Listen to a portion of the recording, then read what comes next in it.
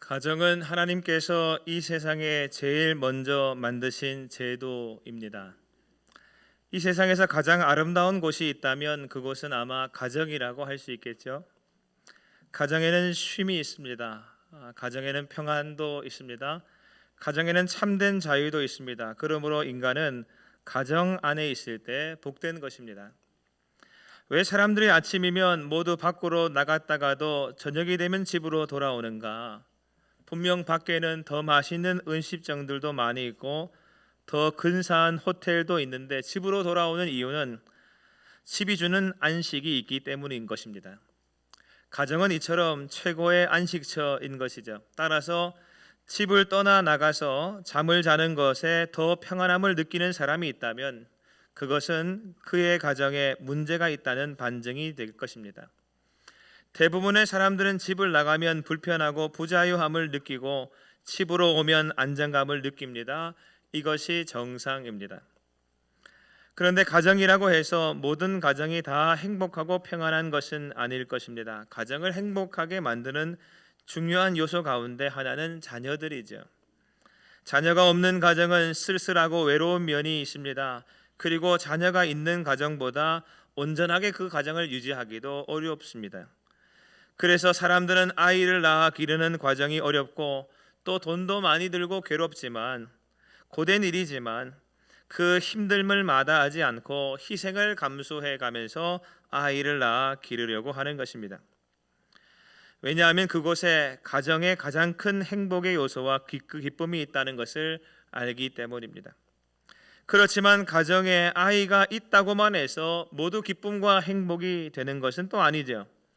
그 아이들이 성실하고 진실되게 또 믿음 안에서 성장하고 복되게 자라나가야 행복한 가정이 되는 것입니다. 만약 자녀들의 행실이 불량하고 탈선을 마다하지 않고 늘 사고나 저지르고 다닌다면 오히려 부모는 그 자녀로 인하여 행복이 아니라 큰 근심을 느끼게 되고 가정의 행복을 앗아가는 무서운 적을 만난 것처럼 되어버리고 말 것입니다. 오늘날 우리 사회는 핵가족화를 넘어서 탈가족화 그리고 이제는 가정이 파괴되는 시대를 살아가고 있습니다. 분명 하나님은 태초에 가정이라는 제도를 제일 먼저 만드셔서 우리 인간에게 주셨는데 우리 인간은 하나님이 만드신 그 제도를 파괴하고 잃어버리는 존재가 되어져 가고 있다라는 것이죠.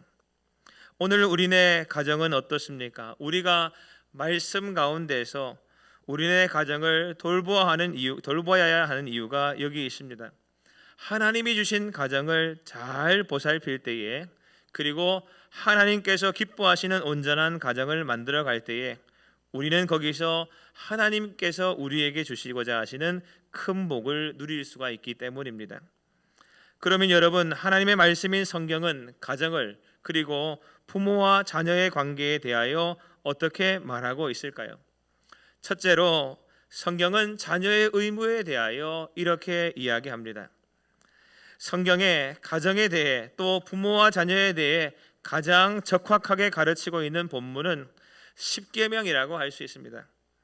하나님께서 그 택하신 언약 백성인 이스라엘 백성들에게 주신 10가지 계명이 십계명인데 그 10가지 계명 중에 가정과 부모 자식에 관한 관계에 대하여 말하고 있는 계명이 있습니다.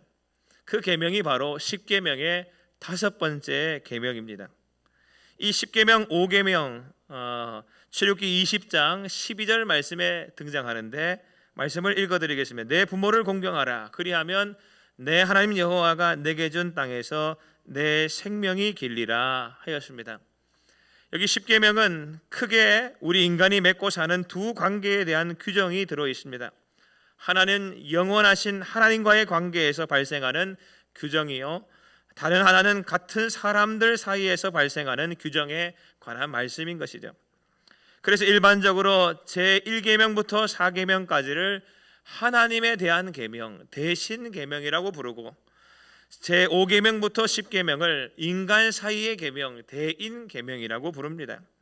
그리고 이 대인 계명의 첫 번째가 바로 오늘 지금 읽어드렸던 내 부모를 공경하라입니다. 그런데 우리가 여기서 좀 주목해서 생각해 보아야 할 것이 있습니다.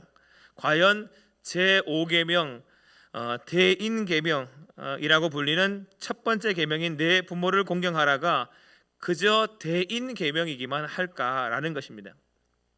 물론 전통적으로 많은 신학자들은 내 부모를 공경하라 하신 이 말씀이 사람 사이의 계명이라고 말해왔습니다. 그런데 사실 이 부모 공경의 계명을 꼭 그렇게 보아야 할까라는 논의가 계속되고 있습니다.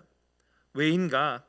부모 공경의 계명이 하나님과의 관계에 대한 계명과 너무나도 밀접한 연관성을 가지고 있기 때문입니다.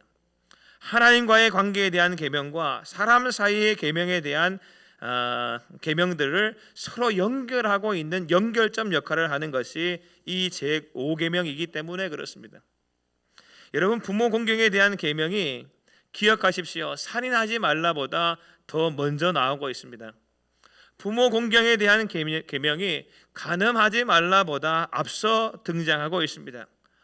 부모 공경에 대한 계명이 도둑질하지 말라보다 선행되고 있다라는 사실입니다. 왜 그럴까요? 이것이 더 중요하기 때문인 것이죠. 또 부모 공경에 대한 계명이 사람 사이의 여러 관계보다 어쩌면 하나님과의 관계와 관련성이 더 높기 때문이 아닐까 싶습니다.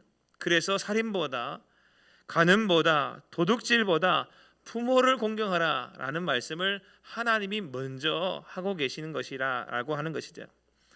여러분, 10계명을 자세히 읽어보게 되면 제1계명부터 5계명까지 여기 부모 공경에 대한 계명인 5계명까지에만 하나님의 이름이 등장합니다.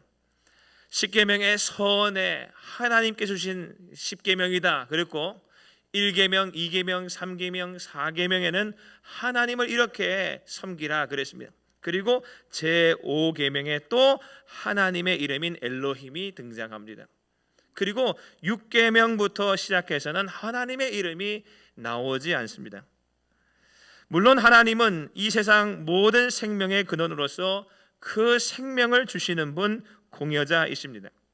그러나 육체적으로 볼 때 하나님은 부모를 통하여 인간의 생명이 잉태되는 창조의 역사를 수행하고 계시죠. 따라서 자녀의 탄생, 우리에게 생명이 주어지는 데만큼은 부모가 하나님의 창조 사역의 동력자로 참여하고 있는 것이라는 것입니다. 또 성경은 이스라엘 백성들이 경외해야 할 대상으로 하나님만 경외하라 하였습니다. 하나님은 이스라엘 백성들에게 하나님 외에 다른 어떤 존재도 어떤 신들도 경외하지 말고 섬기지 말라 그랬습니다. 그리하면 그 결과가 심판이고 징계이며 멸망이라 하였습니다. 그런데 중요한 것은 하나님이 저 이스라엘 백성들에게 하나님만 경외하라 하시면서도 한 대상에 대해서만큼은 예외 사항을 두셨습니다. 그가 누구인가? 그것이 바로 부모입니다. 그래서 레위기 19장 3절 말씀을 보시면 너희 각 사람은 부모를 경외하고 그랬습니다. 여기 보십시오. 이 모든 말씀을 생각해 볼 때 자녀의 부모 공경이 대인 계명이기만 할 것인가? 어쩌면 사람 사이의 계명보다 하나님과의 관계가 더 깊은 연결점을 가지는 대신 계명에 가까운 면이 있는 것이 아닌가 생각해 볼 수 있는 것이죠. 여러분, 왜 하나님은 부모를 공경의 대상, 경외의 대상이라고 말하고 있는 것일까요? 왜 하나님은 부모만큼은 경외의 대상에 두라고 성도들에게 말씀하고 계시는 것일까요? 그것은 단순히 인륜적인 문제이거나 윤리적인 문제 때문은 아닐 것입니다. 바로 부모 공경이 무엇과 연결되어 있는가? 하나님을 경외하는 것과 밀접하게 연결되어 있기 때문인 것이죠. 다시 말해서 부모를 공경하지 않는 것은 궁극적으로 그에게 생명의 원천이 되시는, 부모를 통하여 생명 주신 하나님을 공경하지 않는 것, 하나님을 경외하지 않는 것과 직접적으로 연결되어 있기 때문에 하나님은 부모에 대한 죄를 하나님에 대한 죄로 여기시며 부모를 공경하지 않는 자를 돌로 쳐 죽이라고 엄격한 형벌로 다스리고 계시는 것입니다. 사랑하는 여러분, 우리 신앙인 자녀는 부모를 반드시 공경해야 할 줄로 믿습니다. 마치 하나님 대하듯이, 하나님께 하듯이 그 부모에게 하여야 합니다. 그것이 하나님께서 가르치고 계시는 것입니다. 왜냐하면 그 부모에게 하는 것이 하나님께 하는 것을 다 보여주고 있기 때문입니다. 생각해 보십시오. 잘 살펴보십시오. 그 부모에게 대하여 함부로 말하고 막 대드는 사람, 그런 아들, 하나님께도 어떻게 할까요? 안 봐도 비디오입니다. 딱 보입니다. 하나님께도 함부로 대할 것입니다. 그 부모에게 친절한 사람, 그 부모에게 공손한 사람, 안 봐도 비디오입니다. 하나님께도 남다른 마음이 있을 것입니다. 그래서 신명기 21장 말씀에 부모 말에 순종하지 아니하고 술 취하고 방탕한 아들을 성경은 돌로 쳐 죽이라 말하면서 명령하지 않습니까? 그 부분의 말씀을 읽어드리겠습니다. 사람에게 완악하고 패역한 아들이 있어 그의 아버지의 말이나 그의 어머니의 말을 순종하지 아니하고 부모가 징계하여도 순종하지 아니하거든 그의 부모가 그를 끌고 성문에 이르러 그 성읍 장로들에게 나아가서 그 성읍 장로들에게 말하기를 우리의 이 자식은 완악하고 패역하여 우리 말을 듣지 아니하고 방탕하며 술에 잠긴 자라 하면 그 성읍의 모든 사람들이 그를 돌로 쳐 죽일지니 이같이 내가 너희 중에서 악을 제하라 그리하면 온 이스라엘이 듣고 두려워하리라 하였습니다. 여러분, 너무한 말씀이 아닙니다. 그만큼 중요한 말씀인 것이죠. 하나님이 심각하게 생각하신다는 것입니다.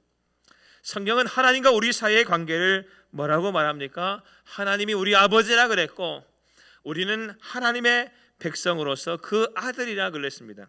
그래서 출애굽기 4장 22절에 너는 바로에게 이르기를 여호와의 말씀에 이스라엘 내 아들 내 장자라 하셨고 호세아 11장 1절에 이스라엘이 어렸을 때 내가 사랑하여 내 아들을 애굽에서 불러냈거늘 그랬습니다. 하나님은 이처럼 하나님에 대한 이미지를 부모 속에 다 담아두신 것이죠. 따라서 부모는 이 땅을 사는 동안에 하나님의 대리자 역할을 담당하시는 분이요 또한 육신의 부모를 공경하지 않는 사람은 하나님을 아버지라 부를 자격이 없는 것이죠. 사랑하는 여러분, 오늘날 우리는 부모 공경의 하나님 말씀, 이 귀한 계명을 얼마나 잘 지키며 살아가고 있는가를 생각해 보아야 합니다. 저와 여러분은 다 누군가의 자녀입니다. 이 세상에 부모 없이 태어나는 사람은 한 사람도 없습니다. 하나님은 세상 모든 곳에 계실 수 없어서 부모님을 주셨다라는 유대 격언이 있는 것처럼 부모를 대하는 우리의 모습을 통하여 하나님은 하나님을 향한 우리의 마음을 살펴보기를 원하시고 계시는 것이죠. 그러면 여러분, 부모를 공경함에 있어서 우리 성도들이 가장 중요하게 생각해야 할 것들은 무엇일까요? 두 가지를 강조하고 싶은데, 첫 번째는 부모님의 말씀, 그분들의 말을 중하게 들어드리는 것입니다. 여러분, 공경한다라는 말은 히브리어로 카베드라고 합니다. 카베드는 기본 뜻이 무엇이냐면 무겁게 하다라는 것이죠. 가볍게 대하지 않는다라는 것입니다. 부모님을 공경한다라고 하는 것은 부모님의 말을 가볍게 여기지 않는다라는 것입니다. 그 말은 세상 모든 말 중에 무거운 말이라 여긴다라는 것이죠. 여러분, 카베드의 반대말 칼랄이라고 하는 말이 있는데 이것은 가볍다라는 말입니다. 그런데 이 칼랄이라고 하는 말, 가볍다는 말 속에 저주스럽다, 저주하다라는 말도 가지고 있습니다. 무슨 말입니까? 가볍다라는 말은 저주하다라는 것이죠.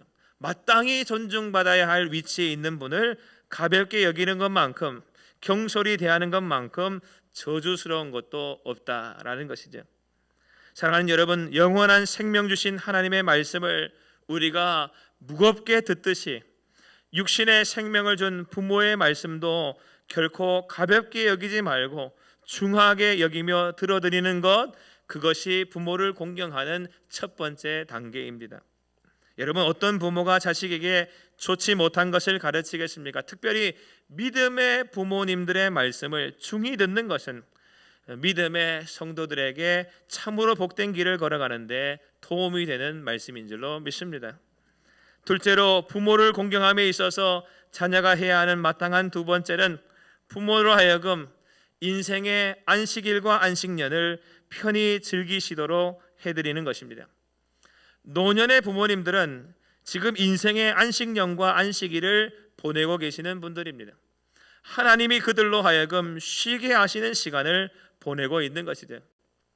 나이 들어 더 이상 생산적인 활동을 하지 못하시는 부모님들은 자기의 선택으로 그렇게 된 것이 아닙니다. 하나님이 쉬게 하고 계시는 것입니다. 따라서 그 보살핌의 책임이 자녀들에게 있는 것이죠. 성인된 자녀들은 그 일 하여야 합니다. 그런데 참으로 희한하게도 부모는 자식을 아무리 많이 낳아도 다 잘 키우고 보살필 수 있지만 자식은 아무리 많아도 한 부모 모시기 어렵다 그러죠. 그게 안 되는 집들이 참 많은 것이 실상입니다. 여러분, 연로하여 육체적으로 연약하고 활동조차 자유롭지 못한 부모님을 공경하는 것, 특별히 편안한 노년을 보낼 수 있도록 돕는 것은 우리가 부모를 공경하는 방법이 됨을 꼭 기억할 수 있게 되길 소망합니다. 특별히 부모 공경의 계명은 잘 지키면 하나님이 보상을 약속하셨습니다. 출애굽기 20장 12절 말씀에 내 부모를 공경하라 그리하면 내 하나님 여호와가 내게 준 땅에서 내 생명이 길리라 하였습니다. 여러분, 제가 이번 주간에 말씀을 묵상하면서 크게 깨달은 것 중에 하나가 이것인데, 10계명 속에는 10개의 계명 중에는 그 계명을 잘 지키게 되었을 때에 하나님이 즉각적으로 이렇게 보상해 주신다고 말씀하고 계시는 말씀이 딱 2개가 있습니다. 그 하나가 2계명인데, 2계명에 하나님 우상 만들지 말라 그러셨죠. 하늘에 있는 것이나 땅에 있는 것이나 땅 아래 물속에 있는 것이나 그 어떤 것의 형상도 만들지 말고 섬기지 말고 절하지 말라. 이것이 하나님이 주신 2번째 계명 2계명입니다. 그런데 이 우상 안 만들고 다른 신 섬기지 않으면 하나님이 어떻게 보상하신다고 2계명 끝에 말씀하고 계시는가 하면, 나를 사랑하고 내 계명을 지키는 자에게는 1000배까지 은혜를 베풀어 주신다, 이렇게 보상을 약속하셨습니다. 그리고 또 한 가지 5계명, 내 부모를 공경하라 그리하면 내 하나님 여호와가 내게 준 땅에서 내 생명이 길리라. 하나님이 즉시로 보상을 약속하신 말씀이 이 2계명인 것이죠. 이것을 생각해 볼 때 이 얼마나 복된 계명이며 위대한 말씀이겠습니까? 사랑하는 여러분, 성경은 자녀에게 부모에 대한 공경을 하나님 수준까지 높이라고 말하고 있습니다. 여러분, 하나님 공경하십니까? 하나님 경외하십니까? 하나님 경외한다 하면서 부모를 공경하지 않고 고르반이라고 하면 예수님 뭐라고 하셨습니까? 그것은 하나님 경외하는 게 아니라고 하셨죠. 사랑하는 여러분, 성경은 하나님 수준까지 부모를 공경하라고 우리에게 가르치고 있습니다. 어떻게 하시겠습니까? 이런 자녀가 풍성한 가정이 복된 가정입니다. 이어서 둘째로 하나님께서는 가정에 대하여 말씀하시면서 부모의 의무에 대해서도 가르치고 있습니다. 성경은 부모와 자녀의 관계에 관해서 자녀에게만 어떤 특별한 의무와 짐을 지우고 있지 않습니다. 부모에게 주는 명령도 큽니다. 대표적인 구절이 신명기 6장 말씀이죠. 신명기 6장 7절에 성경은 이렇게 부모들에게 말합니다. 내 자녀에게 부지런히 가르치며 집에 앉았을 때에든지 길을 갈 때에든지 누워 있을 때에든지 일어날 때에든지 이 말씀을 강론할 것이며 하였습니다. 여러분, 내 자녀에게 어떻게 해라 했습니까? 부지런히 가르치라 했습니다. 부지런히 집에 앉았을 때도 가르치고 길을 가고 있을 때도 가르치고 누워 있을 때에도 가르치고 또 일어나 있을 때도 하나님의 말씀을 강론하면서 가르치라. 부모에게 주신 말씀입니다. 여러분, 부모는 자녀에게 하나님의 말씀을 가르침으로 자녀를 경건한 신앙으로 키워내야 할 책임을 부여받았습니다. 이것은 부모의 책임인 것이죠. 갈라디아서 6장 7절 말씀에 사람이 무엇이든지 심는 대로 거둔다, 성경이 말하고 있는데 이것은 저 논밭에만 해당되는 말씀이 아닙니다. 가정도 그렇습니다. 가정에 심은 것은 그대로 거두게 되어져 있습니다. 가정의 청지기는 누구입니까? 부모죠. 가정의 청지기인 부모가 가정에 오늘 무엇을 심었느냐라는 것은 그 자녀의 미래에 그 가정에 결정적인 역할을 하는 것입니다. 하나님 말씀을 심으면 그 말씀이 자녀를 잘 양육하여 키울 줄로 믿습니다. 가정의 분위기가 신앙적인 분위기인 집은 그 가정에서 자녀들이 자라게 되면 어떻습니까? 잠시 자라는 동안에 이탈이 있어도 후에는 다시 돌아오고야 마는 것입니다. 여러분, 목사님 나는 벌써 기회를 다 놓쳤습니다. 애들 다 커버렸어요. 여러분, 아닙니다. 하루 우리가 한 해 한 해 하나님께서 새로운 한 해를 주시는 것처럼 우리에게 새로운 기회를 주시는 것이죠. 자녀가 어렸을 때만 가르치는 것이 아니라 우리는 하나님 앞에 가는 그날까지 계속해서 가르치며 말씀을 강론하며 자녀의 심령 가운데 말씀을 심는 자가 되어야 할 줄로 믿습니다. 부모가 공경받을 존재가 되려면 어떻게 해야 하겠습니까? 목사님 말씀 잘 들었지? 자녀가 부모를 공경해야 장수하는데 너 장수하고 싶으면 나를 공경해, 이렇게 해서 되는 게 아닙니다. 그들에게 하나님의 말씀이 심겨지면 자동적으로 그 말씀에 의하여 하나님을 경외하듯 부모를 공경하는 자녀로 자라가게 되는 것입니다. 결국 이 모든 책임 또한 부모에게 있는 것이죠. 부모는 신앙 유산을 자식에게 물려주는 것을 최고 인생의 목표로 삼아야 할 줄로 믿습니다. 이것 외에 가정에서 힘쓸 다른 것은 하나도 없죠. 오늘날 자녀의 교육을 위하여 우리나라 사람들만큼 많이 힘쓰는 나라 사람들이 또 어디 있을까 그럽니다. 우리나라 사람들은 자녀들의 교육을 위하여 별걸 다 합니다. 그래서 저 대치동에 가보게 되면 저녁에 학원 마치는 시간에 차들이 쫙, 보셨어요? 차들이 쫙 늘어서 가지고 잠도 안 자고 애들 데리러 가죠. 부모들이 자녀 교육을 위하여 그렇게 힘쓰고 있는 건 아니겠습니까? 그런데 자녀의 신앙 교육을 위해서는 너무 뒷전입니다. 부모들한테 물어봅니다. 자녀 신앙 교육을 위하여 힘쓰셔야 되는 거 아닙니까? 그러면 제가 자주 듣는 말은 뭐냐면 자녀들의 선택 아니겠습니까? 자녀들의 선택이라 말하면서 걔들이 선택하도록 맡겨야 됩니다. 맡길 수밖에 없습니다. 그럽니다. 여러분, 아닙니다. 다른 건 몰라도 신앙은 자녀가 알아서 선택하게 놔둘 것이 아니라 부모인 나의 사명인 줄로 알고 힘써 하나님 말씀대로 살아가도록 가르치고 강론하는 것이 내 책임이다 라는 것을 기억할 수 있게 되길 바랍니다. 여러분, 부모가 자녀에게 무엇을 주면 제일 좋은 것 준 겁니까? 돈 많이 들어있는 통장 자녀에게 내주면 잘 주는 겁니까? 좋은 것 준 겁니까?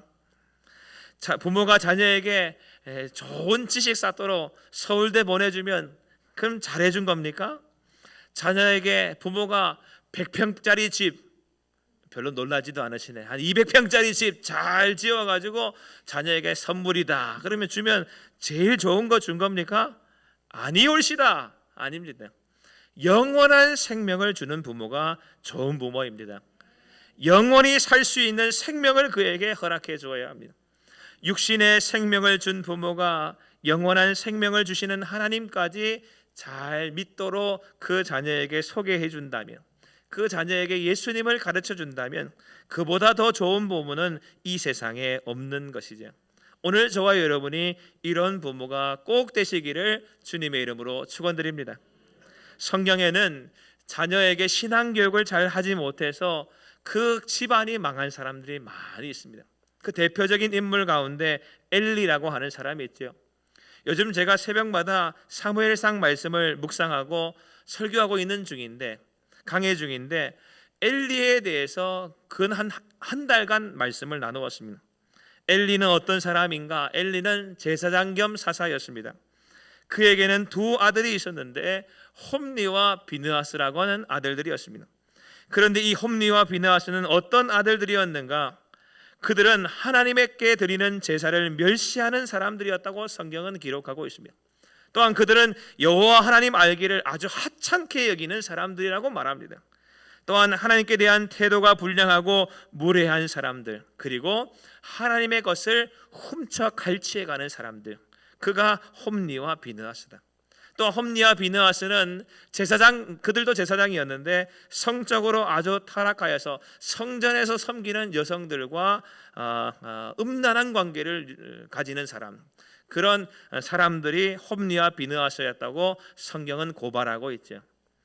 그런데 하나님께서 이러한 아들들에 대하여 엘리에게 여러 차례 경고하셨습니다. 한두 번 말씀하신 것이 아닙니다. 이대로 계속 가면 너희 집에 저주가 임한다. 저주를 내리겠다.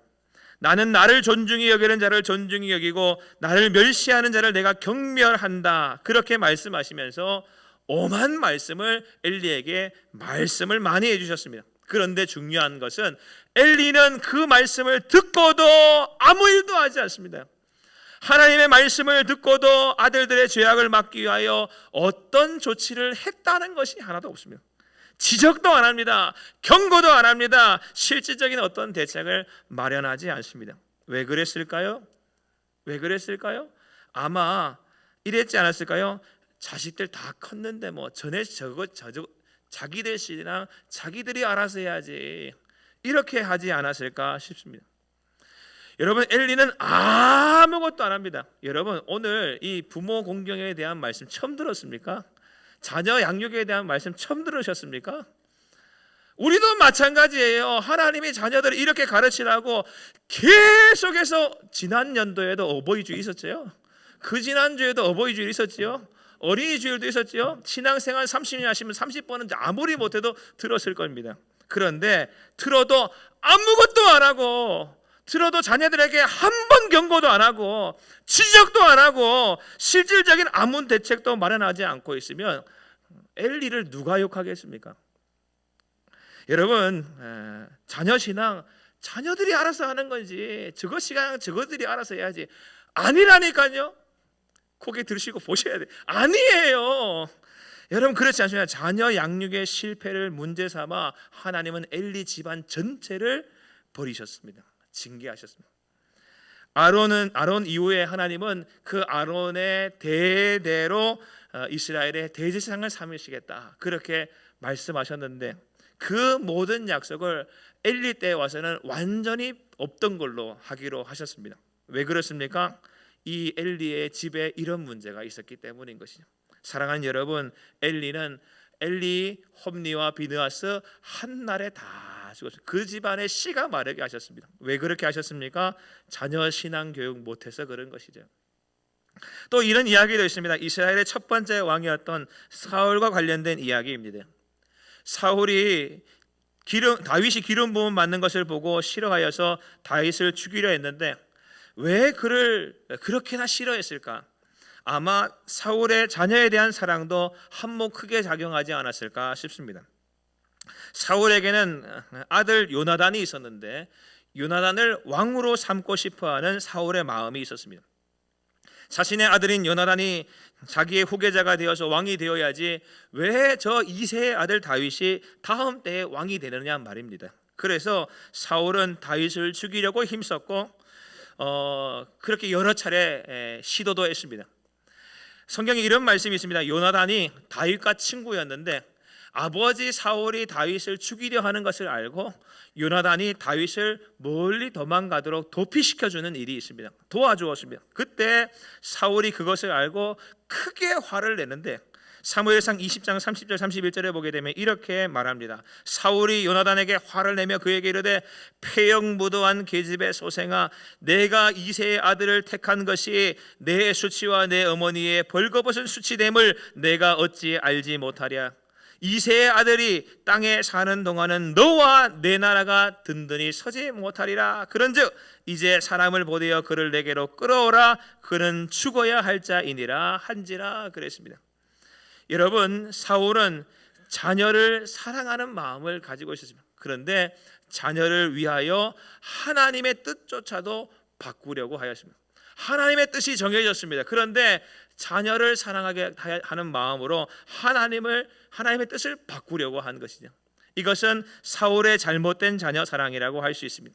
하나님보다 자녀를 더 우선시하는 것이죠. 여러분, 우리 신앙생활에도 그런 경우가 많습니다. 하나님의 뜻은 이것인데 자녀를 위해서, 자녀를 생각하면서 자꾸 하나님 뜻보다 자녀를 더 이렇게 올리는 경우가 삶 속에 많이 있죠. 그러면 가정에 저주가 찾아옵니다.